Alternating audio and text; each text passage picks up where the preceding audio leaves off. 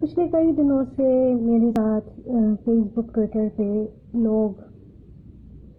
مجھے بتا رہے ہیں کہ میں جو ہے کلچر کے اگینسٹ جا رہی ہوں، میں مذہب کے اگینسٹ جا رہی ہوں، اور کچھ لوگ جو ہیں کئی لوگ ایسے ہیں جو میرے چہرے کا مذاق اڑا رہے ہیں، میں کیسی دکھتی ہوں اس چیز کا مذاق اڑا رہے ہیں۔ اور یہ وہی لوگ ہیں جو کہتے ہیں کہ اللہ کی بنائی ہوئی ہر چیز خوبصورت ہوتی ہے، اور یہی لوگ ہیں جو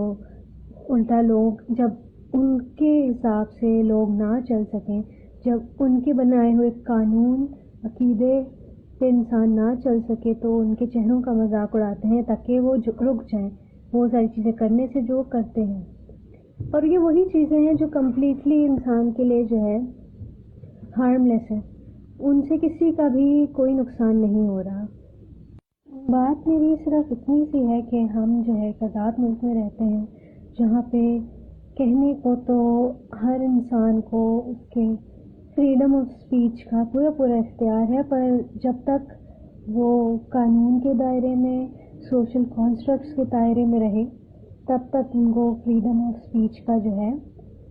اختیار ہے۔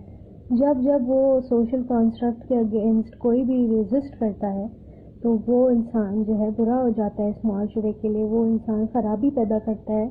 مجھے یہ نہیں سمجھ آتا کہ ہمارے کلچرل ڈانسز بھی ہیں، ہمارے بہت سارے، ہمارا آرٹ ہے، ہمارا میوزک ہے اس ملک کا اپنا، اور اگر ہے تو وہ صرف مردوں کے لیے کیوں ہے؟ وہ عورتیں کیوں نہیں اون کر سکتی؟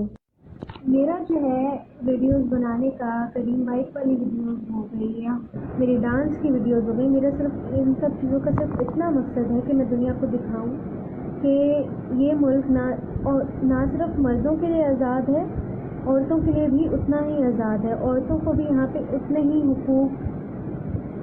ہیں، عورتیں بھی اتنا ہی ریزسٹ کرتی ہیں جتنا مرد ریزسٹ کرتے ہیں۔ تو آئی تھنک یہ ساری چیزیں کرنا کمپلیٹلی ہارم لیس ہے۔ اپنے ڈانس کو آن کیجیے، اپنے